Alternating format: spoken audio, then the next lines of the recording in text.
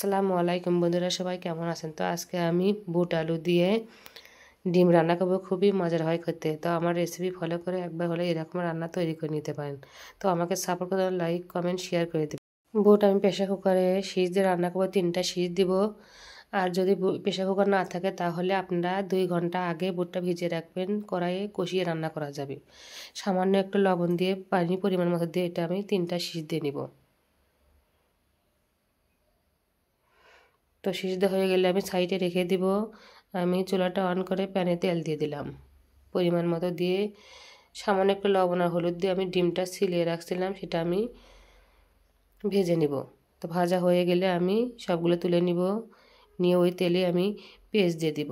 এখানে আমি 4টা পেঁয়াজ কুচি নিয়েছি, সেগুলো আমি ভাজি করে নিব। তো ভাজা হয়ে আসলে এ পর্যায়ে আমি সামান্য একটু পানি দিয়ে দেবো। এটা মরিচ বেটে রাখলাম, সেই পানি দিয়ে দিলাম। আমি সব বাটা মশলা ব্যবহার করবো এখানে। 1 চামচ উঁচু করে হলুদ, 2 চামচ কাঁচামরিচের পেস্ট, 1 চামচ উঁচু করে আদা রসুনের পেস্ট, 1 চামচ ধনে গুঁড়ো, 1 চামচ গরম মশলা, 1 চামচ লবণ, 1 চামচ লাল মরিচের গুঁড়ো দিয়ে এটা ভালোভাবে কষিয়ে নিব।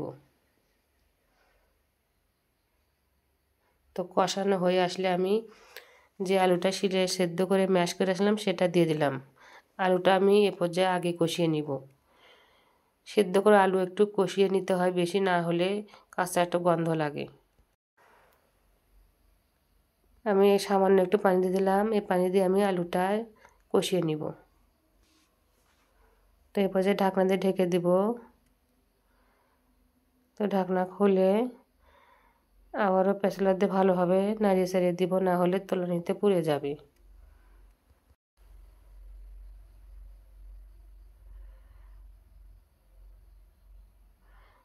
তো ভালোভাবে আমার আলুটা কষানো হয়ে আসছে। এ পর্যায়ে আমি বুটটা যে সেদ্ধ করে রাখছিলাম 80% মতো সেটা আমি দিয়ে দিলাম।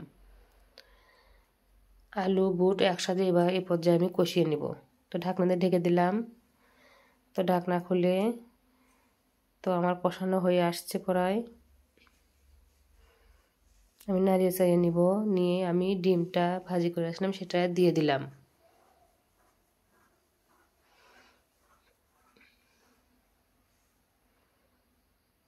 ভালোভাবে উশমিশ করে আমি ঢাকনা দিয়ে ঢেকে দেবো আবারও। তো ঢাকনা খুললাম, খুলে আবারও ভালোভাবে নাড়িয়ে চাড়িয়ে দিয়ে ধনে জিরে ভাজি করে গুঁড়ো করে আসলাম সেটা দিয়ে দিলাম। এটা দিলে একটা সুঘ্রাণ বের হয়, খেতে ভালো লাগবে। তো ঢাকনা দিয়ে ঢেকে দেবো এই পর্যায়ে। তো ঢাকনা খুলে আবারও নাড়িয়ে চাড়িয়ে দেবো। আমার রান্না প্রায় হয়ে আসছে।